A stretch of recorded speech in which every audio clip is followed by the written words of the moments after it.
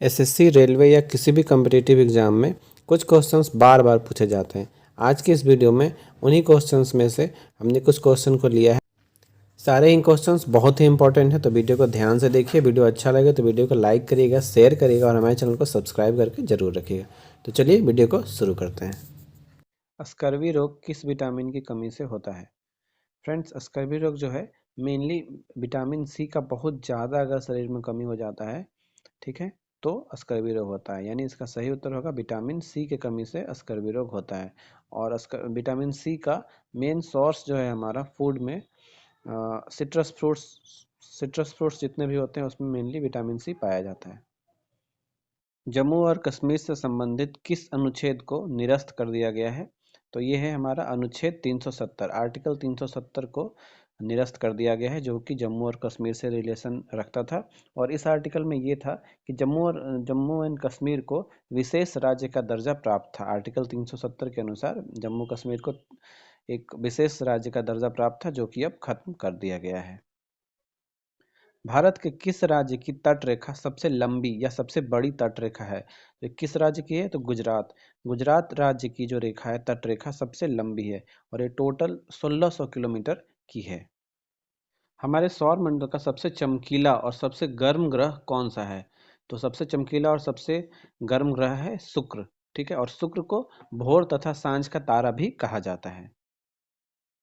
भारत सरकार अधिनियम 1935 किस पर आधारित था? भारत सरकार अधिनियम 1935 साइमन कमीशन पर आधारित था। आत्मकथा प्लेइंग इट माई वे, ठीक है, प्लेइंग इट माई वे, ये एक आत्मकथा है। ये किसने लिखा है? तो इसका सही उत्तर होगा सचिन तेंदुलकर। सचिन तेंदुलकर ने अपनी आत्मकथा प्लेइंग इट माई वे लिखा है। स्वराज मेरा जन्मसिद्ध अधिकार है और मैं इसे लेकर रहूंगा, यह कथन किसने कहा था? यह कथन बाल गंगाधर तिलक ने कहा था। संविधान सभा ने भारत के संविधान को कब अपनाया था? तो 26 नवंबर 1949 को संविधान सभा ने भारत के संविधान को अपनाया था। मानव शरीर की सबसे लंबी हड्डी कौन सी होती है? तो फीमर, ठीक है। फीमर हड्डी जो होती है मानव शरीर की सबसे लंबी हड्डी होती है और ये जांग की हड्डी जो होती है इसे फीमर कहा जाता है, ठीक है। घुटने से लेकर कुल्हे तक की जो हड्डी होती है ये सबसे लंबी हड्डी होती है जो मानव शरीर में पाई जाती है और इसे फीमर कहते हैं। हीराकुंड बांध किस नदी पर स्थित है? हीराकुंड बांध जो है महानदी पे स्थित है और ये उड़ीसा में है।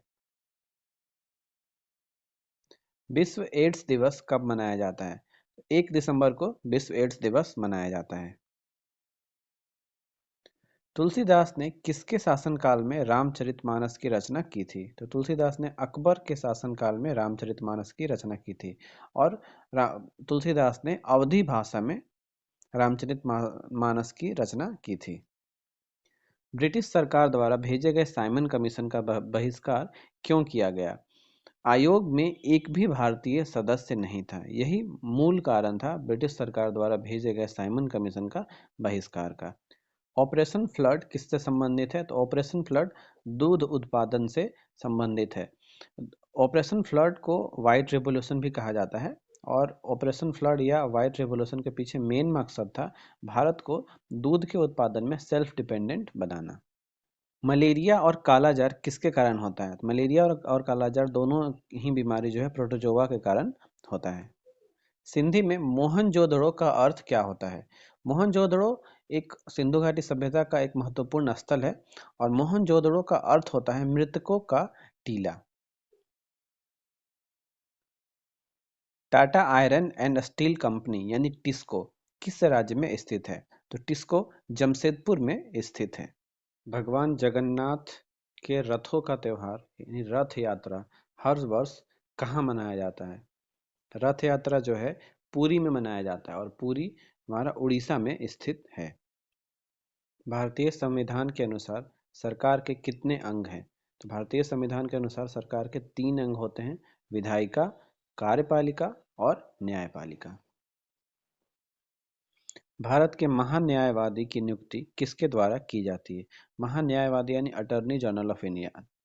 तो अटॉर्नी जनरल ऑफ इंडिया का नियुक्ति किसके द्वारा किया जाता है? भारत के राष्ट्रपति के द्वारा अटॉर्नी जनरल ऑफ इंडिया यानी महान्यायवादी का नियुक्ति किया जाता है। सुनामी का मुख्य कारण क्या है? सुनामी का मुख्य कारण जो है वो होता है समुद्र तल में भूकंप। ठीक है, समुद्र तल में भूकंप आना सुनामी का मुख्य कारण होता है। ब्लैक, ब्लू और ग्रीन हिल नाम की पहाड़ियाँ किस देश में स्थित है? तो ब्लैक, ब्लू और ग्रीन हिल नाम की पहाड़ियाँ अमेरिका में स्थित है।